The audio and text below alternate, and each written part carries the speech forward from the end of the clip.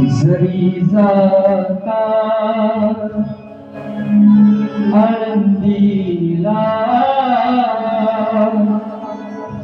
निरोप माझा घेऊन जा. जरी जाता आनंदीला निरोप माझा घेऊन जा. हा भाव माझा मनातला, हा भाव माझा मनातला माऊली समाजा देऊन जा. जरी जाता आनंदीला निरोप माझा घेऊन जा.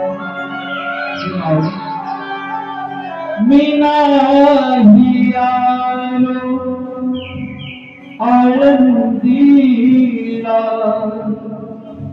मी नाही आलो आनंदीला, तुम्ही मजला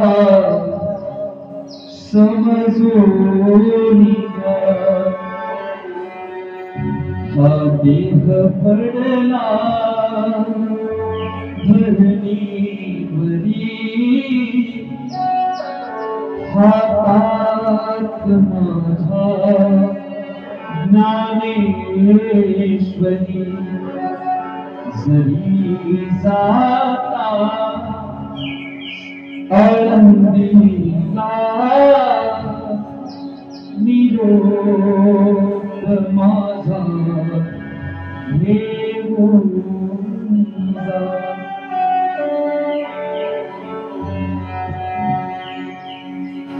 अतिशय दयाळू आणि अतिशय कृपाळू हृदय आहे ज्ञानोबायांचे.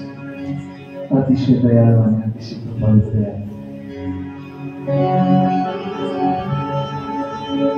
म्हणून जीवनामध्ये आल्याच्या नंतर त्या माऊलीकडे आपण गेलं पाहिजे, तिला भेटायला आपण गेलं पाहिजे. विचार करा, आपले नको तिथे किती पैसे खर्च होतात, जायला तर जास्त पैसे लागतात का?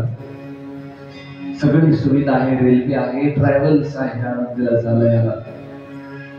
त्या ज्ञानोबारायांच्या दरबारामध्ये गेल्याच्या नंतर दुःख नष्ट होतात, दुःख नष्ट होतात. आळंदीमध्ये वास्तव्याला असणारे सर्व विद्यार्थी मंडळी, त्यांची परिस्थिती जर पाहायला गेली, मी पण आहे त्याच्यात, एकदम नाजूक परिस्थितीमध्ये असणारे विद्यार्थी ज्ञानोबारायांच्या दरबारामध्ये शिकायला असतात. एकदम नाजूक परिस्थिती, एकदम गरीब परिस्थिती, ज्यांना कुणाचाही सहारा नसतो गावाकडचा, अशी काही विद्यार्थी असतात.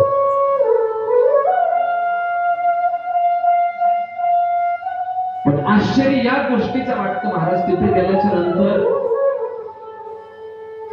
बरोबर राहण्याची व्यवस्था होती, मधुकरीची व्यवस्था होती, जेवणाची व्यवस्था होती, सगळी व्यवस्था होऊन जाते.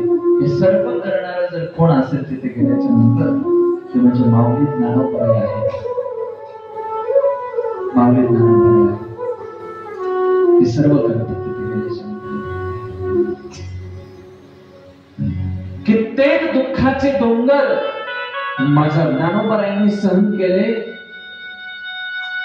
ते फक्त तुमच्या माझ्या सारख्या जड जीवांचा उद्धार करण्याकरता सहन केले. वास्तविक पाहता विचार करायला गेलं, माझे ज्ञानोबा साधारण नाही. ज्ञानोबा साक्षात भगवान विष्णूचे अवतार आहेत. पण आळंदी नगरीमध्ये वास्तव्याला राहून, आळंदी नगरीमध्ये वास्तव्याला राहून खूप मोठी शिकवण दिली. खूप मोठा पवित्र पावन असणारा ज्ञानेश्वरी सारखा ग्रंथ तुमच्या आणि माझ्या करता त्यांनी दिला. किती त्रास सहन करतात संत. मी दयाळूपणा सांगतो तुम्हाला. भगवान शंकर कसे दयाळू आहेत आणि ज्ञानोबराय किती दयाळू आहेत. ज्यावेळेस ज्ञानोबराय मधुकरी मागायला निघायचे सकाळी, मधुकरी मागायला गेल्याच्या नंतर, दारात गेल्याच्या नंतर मधुकरी म्हणायची.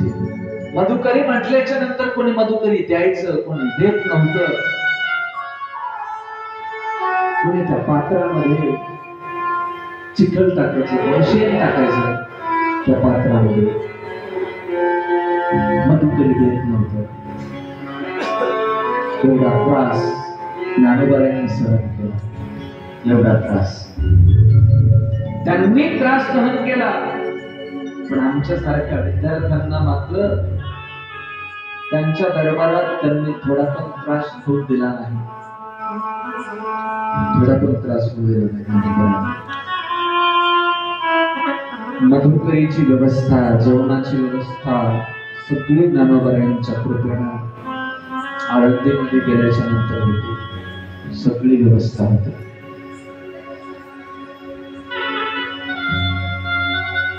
सगळी व्यवस्था होती. ज्या वेळेस भूक लागते ना, त्यावेळेस कुठेतरी पंगत चालू असते, कुठेतरी कोणीतरी अन्नदान करतं. भूक लागल्याबरोबर साधकाला अन्न भेटत. साधकाला अन्न भेटत. असा सुंदर पवित्र पावन असणारा दरबार माझ्या ज्ञानोबरायांचा आहे. पवित्र पावन असणारा दरबार. ज्ञानोबरायांनी जगाकरता कष्ट सहन केलेच, पण आई वडिलांनी देखील कष्ट सहन केले. चांगली वागणूक मिळावी, मान सन्मान मिळावा ज्ञानोबरायांना, म्हणून देहांत प्रायश्चित्त दिलं. देहांत प्रायश्चित्त. देहांत प्रायश्चित्त दिल्याच्या नंतर ज्ञानोबराय आळंदीमध्ये राहत होते ना. लहान होती, छोटीशी मुक्ताई होती. ज्ञानोबराया मुक्ताईला जर कधी भूक लागली तर रडायची, दादा मला भूक लागली रे, दादा मला भूक लागली रे. मग ज्ञानोबरायांची भिक्षा पात्र घ्यायचं आणि आळंदीमध्ये मधुकरी मागण्या करत असायचं. मधुकरी मागण्या करत असायचं. मग कोणी यावं, त्या भिक्षेत माती टाकावी, कोणी यावं, झोळी पाण्यात फेकून द्यावी भिक्षेची. झोळी पाण्यात फेकून द्यावी. एकदा मुक्ताई म्हणते, दादा आपली आई होती ना दादा, त्यावेळेस आई मांडे खूप चांगले बनवायची. दादा आपली आई गेली ना, तेव्हापासून मला खायला मांडी भेटली नाही दादा. इच्छा आहे माझी एकदा खाण्याची मांडी. लहान बालवयात असणारी मुक्ताई रडायला लागली, मला मांडे खायचे, मला मांडे खायचे दादा, मला मांडे खायचे. ज्ञानोबराय म्हटली, चिंता करू नको मुक्ती, मी करतो व्यवस्था. गेले 4 घरून पीठ मागून आणलं. 4 घरून पीठ मागून आणलं. अग्नी पेटवला होता चुलीवरती. पाहिलं एक जणानं, तो अग्नी विझवला, त्या पिठामध्ये माती टाकली.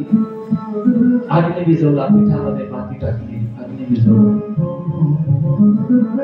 ज्ञानोबराय म्हटले, तुला मांडे खायचे का मुक्ते? थोडा राग पण आलता ज्ञानोबरायांना, पण मुक्ताबाईने सांगितलं तुम्हाला राग करणं चांगलं नाही. ज्ञानोबराय ताटी लावून बसलेले होते. ताटी लावून बसलेले होते. मुक्ताबाई म्हटल्या, ज्ञानोबराया, हे ज्ञानदादा, हे ज्ञानदादा, जीभ जर दाताखाली चावल्या गेली तर कोणी दात पाडून टाकतं का? हे दादा, जीभ जर दाताखाली चावल्या गेली तर कोणी दात पाडून टाकत. जीभ दातांनी चावली कोणी बत्तीशी पाळली, असं होत नाही. हे सगळे आपलेच आहेत. त्यांनी जर तुला त्रास दिला असेल,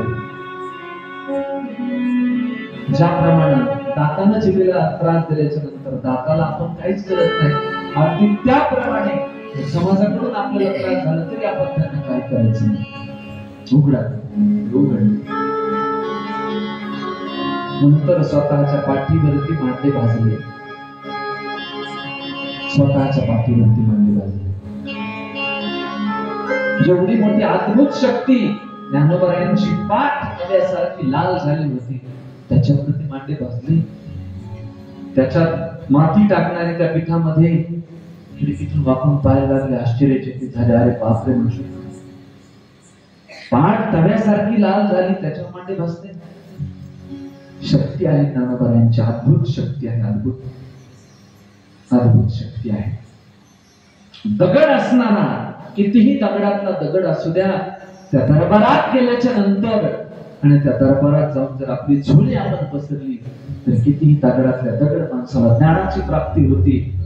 असा दरबार माझ्या ज्ञानोबरायांचा आहे, असा दरबार ज्ञानोबरायांचा आहे. त्या ज्ञानोबरायांचं वास्तव्य आळंदीमध्ये आहे. अगदी थोड्या वयामध्ये समाधिस्थ झाले ज्ञानोबा. अगदी थोड्या वयामध्ये जीवन थोडेच होत, पण खूप काही करून गेले त्याच्यामध्ये. थोड्या याच्यामध्ये खूप काही करून गेले. असं जगावं माणसानं की आपल्या जाण्यानं माणसं तर रडलेच पाहिजे, पण देव देखील रडला पाहिजे. देव म्हणती रुक्मिणी, हा एकची योगी देखिला नयनी, हे ठिकाण संजीवनी जाण त्रैलोक्य. भगवान परमनिर्णात परमात्मा देखील रडत होता ज्ञानोबरायांच्या समाधिस्थ होते.